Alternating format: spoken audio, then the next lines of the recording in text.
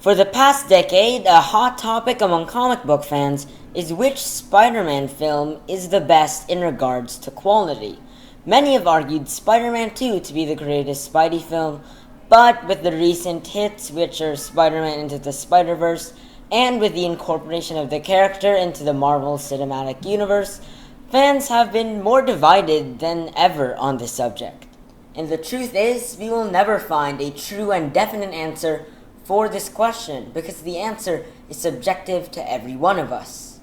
Although I can't tell you what the best Spider-Man movie is because it's based on our own personal opinion, I can tell you what the most important Spider-Man film is.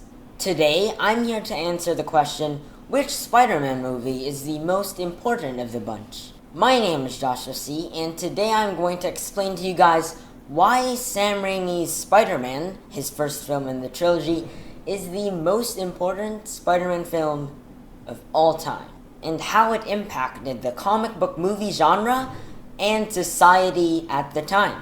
Firstly, let's talk about the film's history. So, before Spider-Man came out, superhero movies were covering from the genre-ruining Batman and Robin, with films like Blade and X-Men doing pretty well financially and critically. Columbia Pictures, a film studio that is a member of the Sony Pictures Motion Group, decided to create a movie starring one of Marvel's most beloved characters, the Amazing Spider-Man. Sam Raimi was hired as the director of the project, and Tobey Maguire was recruited to be the film's main lead, with a good script by David Coop, which was edited later on by Scott Rosenberg and Alvin Sargent, and with a $139 million budget in their hands, Sony went to work. Fans had very high expectations for this movie, and boy did it deliver.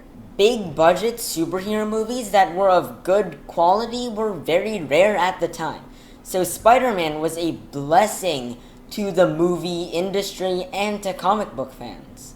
The movie still stands as a great film by today's standards and is regarded as a classic among comic book fans today. Sam Raimi's Spider-Man is a fast-paced, masterfully crafted movie with great characters who you could connect with and feel real, great action scenes that are suspenseful, intense, and are still great to watch, and a lighthearted and fun story.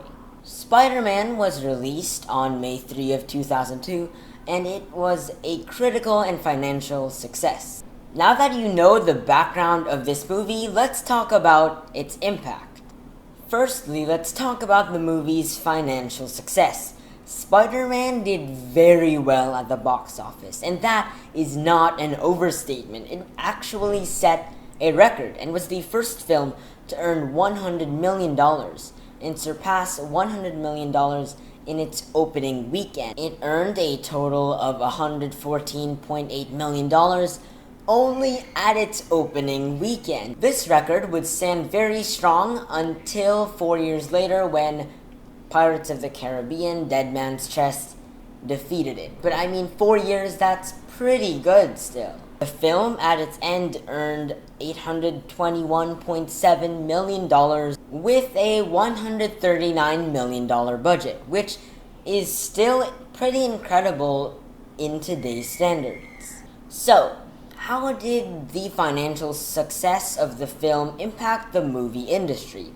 Well, it firstly showed that superhero movies could be great mainstream moneymakers once again. The financial success of Sam Raimi's Spider-Man proved that people wanted superhero movies and paved the way for the superhero genre of film to exist.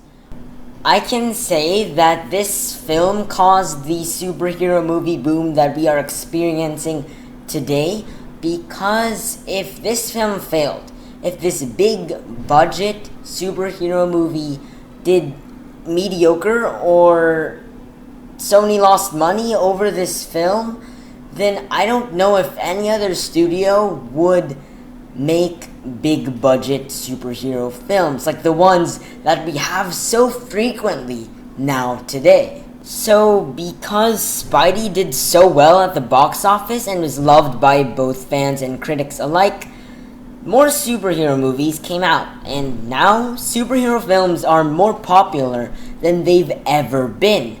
That impact alone makes Spider-Man a very important film for the superhero movie genre and in film history. The next reason why Spider-Man is such an important movie is because it's what the people of New York needed at the time. Spider-Man is a character who is tied to that city, having lived there since youth. To know why this movie was so needed by the people of America at the time, we have to look at two things: the trailer for the movie and the movie's release date. Let's first talk about the teaser trailer. The teaser trailer is very simple, but it's also very interesting. Most of the footage from the trailer I'm about to show you is purely promotional, and only the last few scenes were even in the movie. In the trailer, a few criminals rob money from a bank. They manage to steal the money successfully and proceed to go on a helicopter and fly off into the bright blue sky. That is until something stops the helicopter and pulls the vehicle backwards at great speeds. The camera zooms out, and we see that the helicopter is stuck, entangled in a web. The camera continually zooms out until we see that the helicopter is actually stuck between the famous Twin Towers. Then we find out that this is the doing of your friendly neighborhood Spider-Man.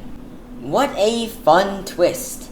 Take note that during this time there was no internet, so when they watched a trailer, they usually saw it when they were watching other movies.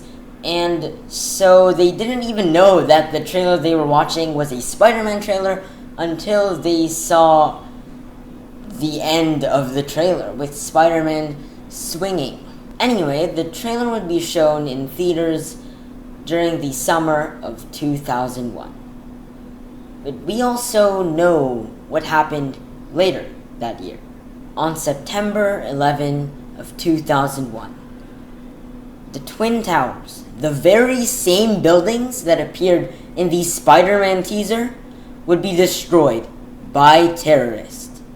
America, for the first time in ages, became terrified.